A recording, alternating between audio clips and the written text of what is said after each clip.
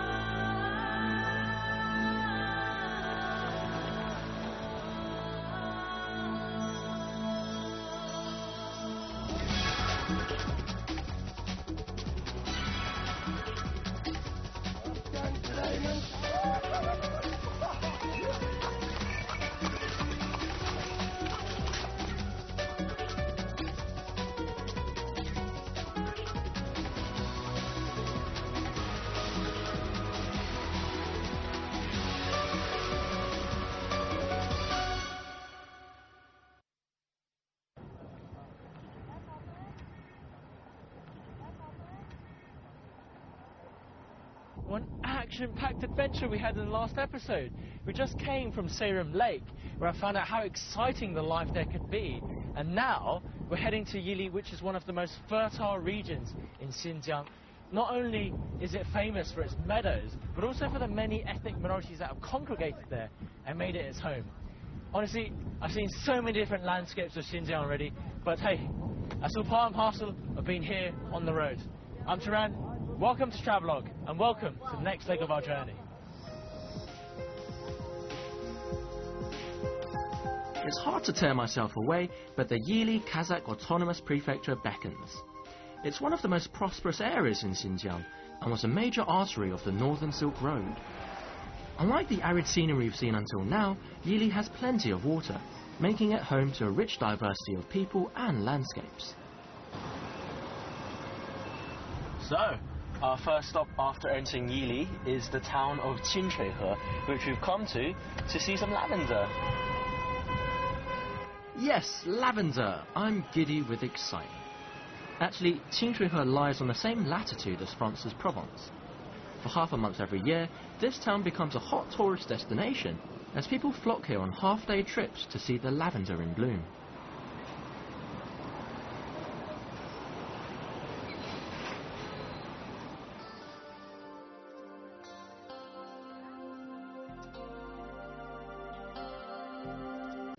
What a beautiful place. This is apparently the biggest lavender farm in all of China, but we've come a bit late because the best season for them is actually during mid-June to early July. But they've just left a bit of a small garden here for us. But if you use your imagination, you might think that you're actually in the south of France.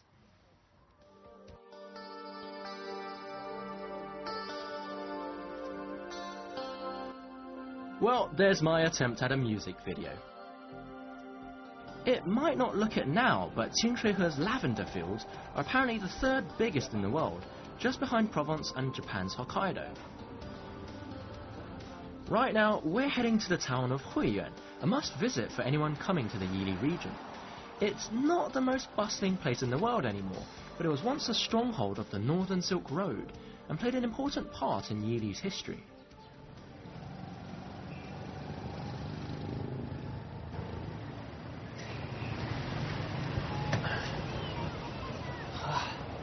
Alright, so I've come to Huiyuan to meet Mr. Guan, a very experienced and knowledgeable guide who's going to show me around the Yili area. Oh, there he is. Hey.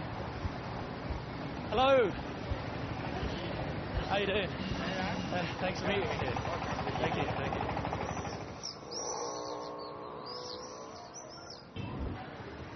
So, Karen, this is the drum and the bell tower of the city. Okay. And now we are standing in the center of the whole town. Ah, right, yeah, we're pretty much equidistant to these gates then. And it's not only a geographical center, it's more than that. Let me show you around and you will have a better idea. Ah, okay. Yeah. So, when was this place built? Here's something for the history buffs. For over 100 years to the mid-19th century, this town served as the capital of Xinjiang. Nowadays it's lost some of its shine, so Mr. Guan's taken us on a trip down memory lane.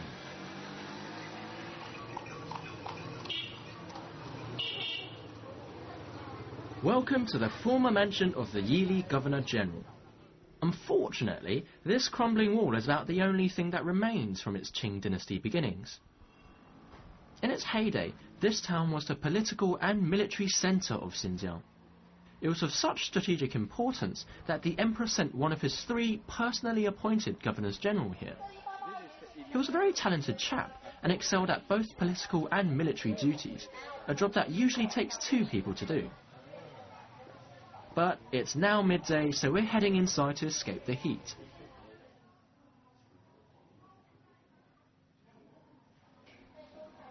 Now this gives us a much better picture. Mr. Guan told me that this is a map of Xinjiang in the Qing dynasty, and we are here at Huiyuan, which, give or take, was pretty much at the centre of Xinjiang. But the Qing dynasty lost a lot of ground to the Russian Empire, so this entire yellow bit, this golden bit to the left, was lost. And what used to be the centre now became a border town, which obviously no capital could be. So the capital was moved from Huiyuan to Dihua, which is now Urumqi, 1-0 to the Russian Empire. Coming up next, we find ourselves in a town within a town and become the surprise guests of a real Uyghur wedding.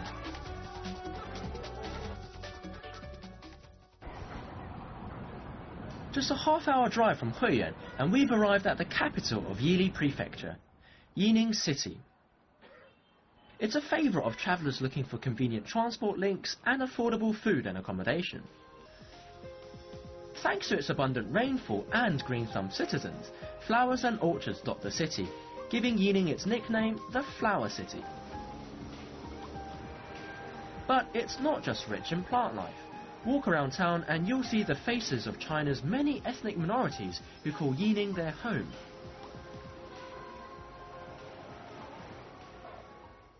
So, Tana, right. Here we are in Yining City now. There are 47 ethnic groups living in the city.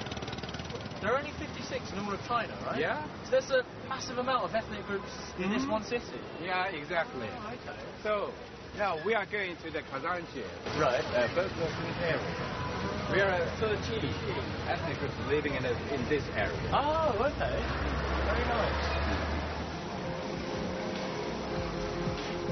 The word Kazanchi actually means something in Uyghur, but I won't tell you what it is just yet. For generations, Yining's ethnic minorities have come here to settle down and set up shop. Many of them were craftsmen, so it's no surprise that today you can find a huge selection of ethnic crafts and snacks on offer here. Just ask any shop owner and they'll likely tell you that their business has been here for generations.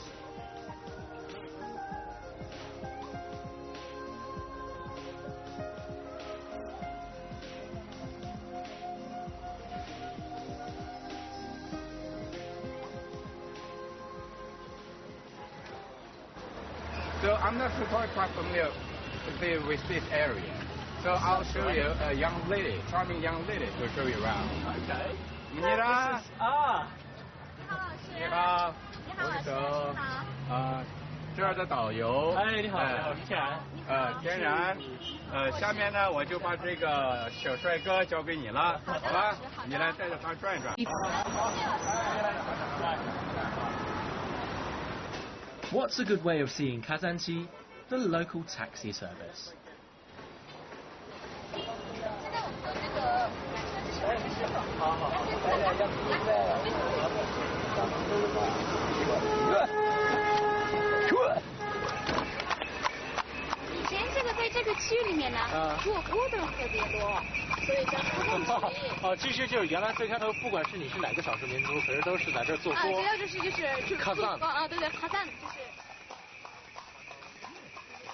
I can't help but feel like we've entered another town. It seems almost surreal to be transported from the noisy streets of Yining to these quiet neighborhood alleys.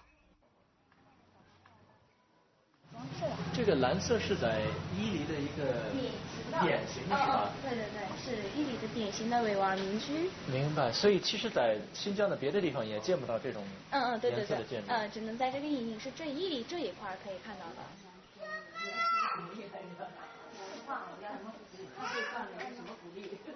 这是他们的小阳台。小阳台。阳台。凉亭嘛，凉亭。夏天的时候，就是一家人在这里吃饭就在这一块，想睡觉呀，想活动呀就在这一块。他们比较热的时候就在这里。那他们非常会享受生活。对对对，是。那么我们维吾尔族人呢，就是习惯就是夏天和冬天是分开的。夏天大概就在院子里比较凉快，冬天就是比较冷的时候就在上面的房子里。Uyghur people love life, so for many, most of what they earn will be spent sprucing up the most important thing in their lives, their homes. I guess it just reflects a kind of carefree and easygoing attitude that Uyghur people have.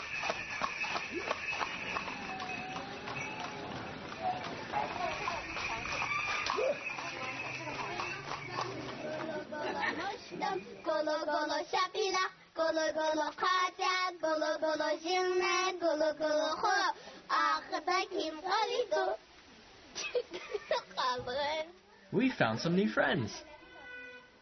我们这边也商量了一下，我们这个设置它是只拍那冰淇淋什么过程，就要一把抓的。然后还有这个，喂，可以听到。对啊。喂。可以。喂。可以听到。话筒。Facebook 你干啥了？ And now it's time for their show. 肯德基，我的肯德基，我的上，我的下，我的 A B C D， 我的 1 2 3 4， 咕噜咕噜吹，看谁的美眉，把妹妹在哪里？谁的屁股肥？恭喜你屁股肥。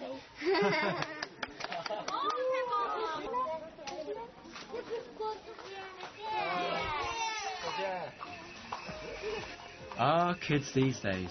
I've got to hand it to them though. Seeing how happy everyone is here kinda makes me wish I grew up here too. I guess it's just nice to see that instead of watching TV and playing computer games all day long, the kids here are still kids.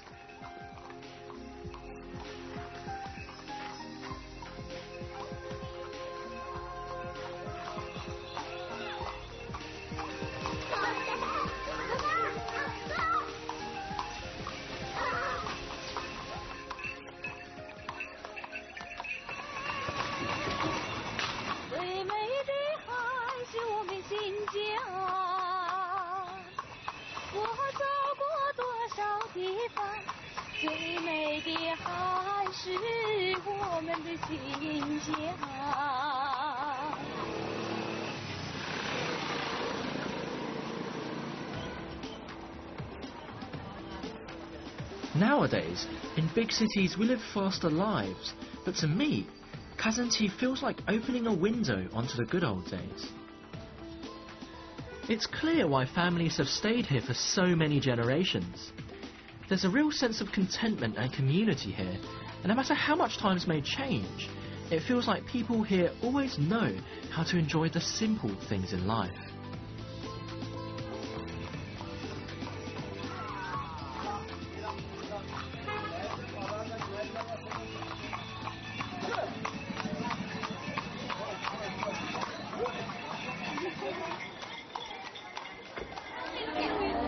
So we just came across a wedding reception happening right now, and Marina's over there asking if we're allowed to film. But I think all right, we've got the green light. Now it's just time to wait for the bride and groom. We're very lucky to run into an actual Uyghur wedding. We're in the house of the bride's family, who I'm told are receiving guests for the entire day. The male guests came in the morning, and in the afternoon it's time for the ladies. The guys of the family, however, are stuck in the kitchen. They're making the signature Uyghur dish, mutton rice. And of course, it's subjected to a rigorous taste test.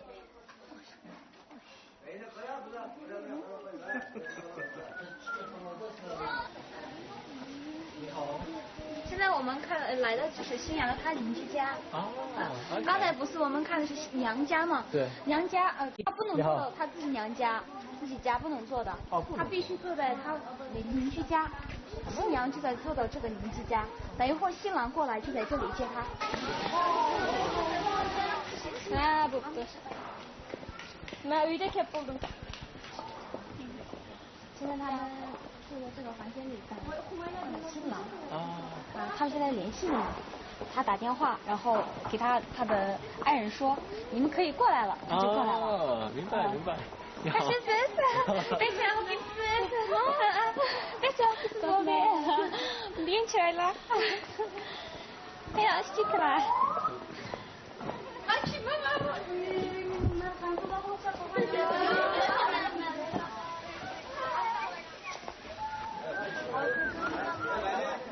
After a rather long wait, the groom's party finally arrives on the scene.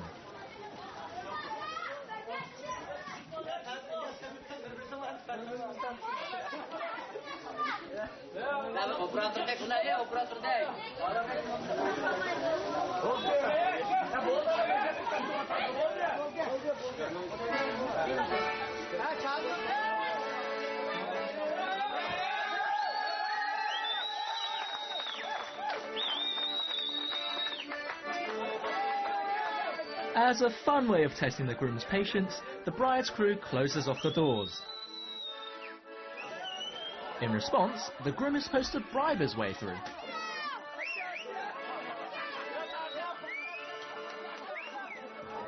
That or break the doors down.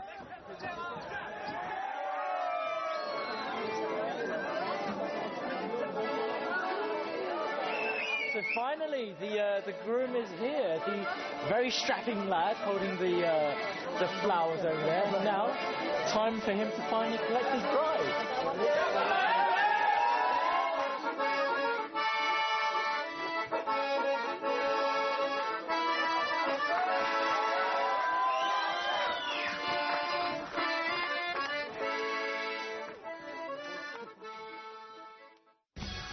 Coming up next, we find out just how bad I am at archery and run into the biggest annual festival of the Tatar ethnic minority.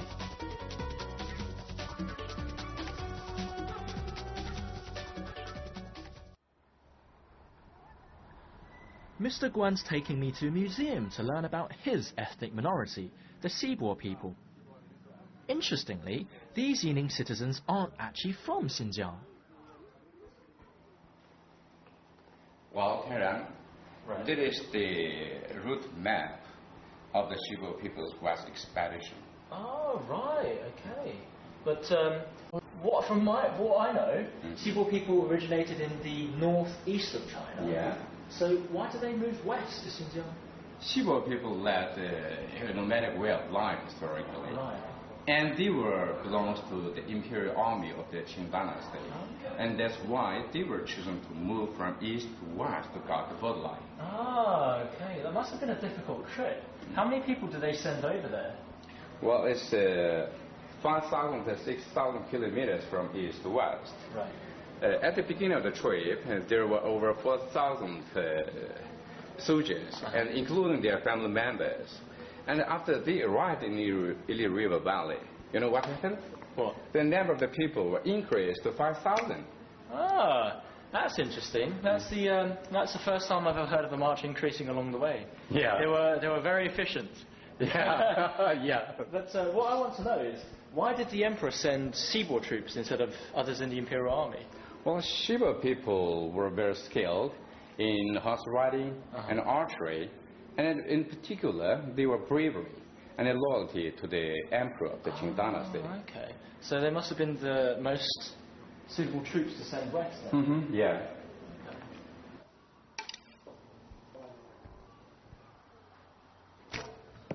Oh, nice. Archery is not as popular as it used to be. Right. But it's in our blood. Uh-huh. There are many Sibor athletes, archery athletes, and coaches in our national team. Ah, do you think I can give it a try then? Yeah, of course you can try. Really? 左手抓这个位置，左手抓着啊。这样。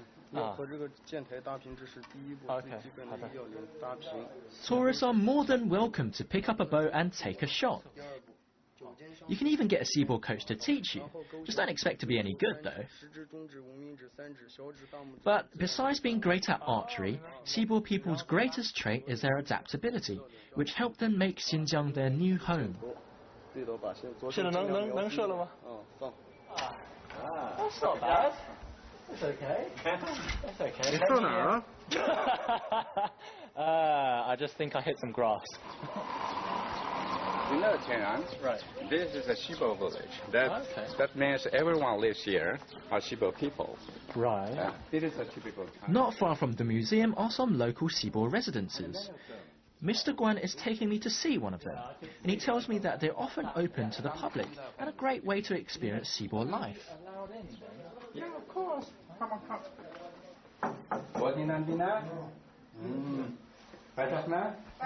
Hey, 你好。 What is that for? It is to showing courtesy to the elders. Okay. This is our traditional. Yeah, take a seat. Thank you. I'm amazed at how resourceful Cebu people are, making a home for themselves in Yining after coming all the way here from the opposite end of China. Seaboard bread, Oh, very traditional. Oh, okay. How do I eat this? Do I just take this? Just with jam, yeah. Right? Okay. So I find it very interesting that after so many years, with only 5,000 people at the start, and under such difficult circumstances, that the seaboard people have been able to keep their culture pretty much intact. I think one of the reasons is because they have very deep roots, but the other is that they're very open-minded, right? They're very open-minded, and they've not only come to accept their neighbours' customs, but also their languages. Right. Yeah, exactly. For example, this elder man can speak at least 4 kinds of languages, like Really? Uyghur, Kazakh, Han, and Shiba, their own language. Centuries later, there's still much to learn from the wisdom of seaboard people. Thanks to all the orchards dotting the town, Yining's other nickname is the Apple City. Orchards often play host to ethnic minority festivals, and as luck would have it, we've arrived on the most important day for the Tatar ethnic group, the Saban Festival. Think of it as a Christmas and spring festival rolled into one.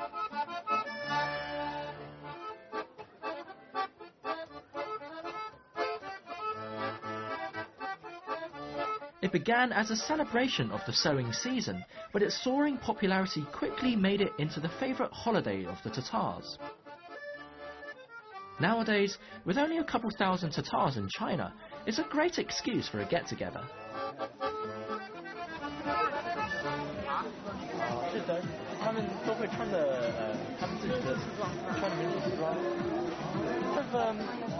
I don't have the full picture, but male guests are supposed to come and put a hat on.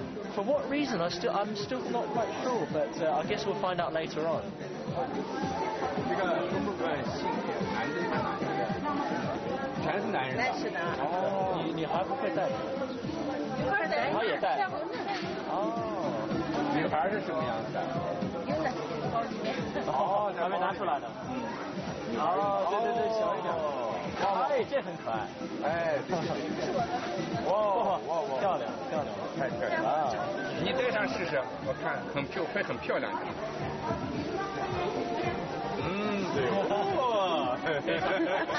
Wow, that's very beautiful. I can't wait to see when the party actually gets started, when everyone's got their hats on.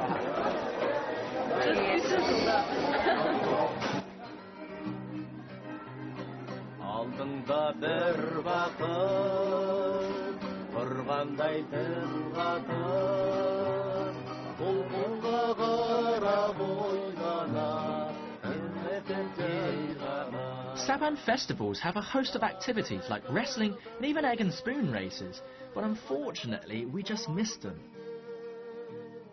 Even so, watching everyone greet each other, the Saban festival feels more like a family reunion than it does a holiday. Today alone, 400 Tatars have gathered here, many having come from neighbouring counties and even other parts of China. It makes you admire the sense of togetherness that the Tatars have, even if they only see each other once a year. Perhaps for them, distance really does make the heart grow fonder.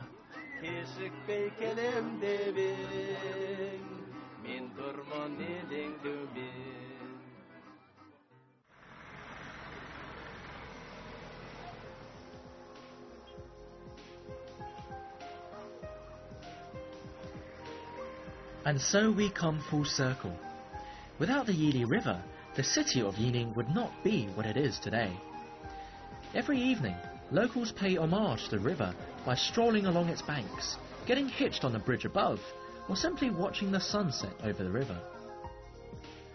It's something that can be enjoyed by all, and marks the perfect end to our time in Yining.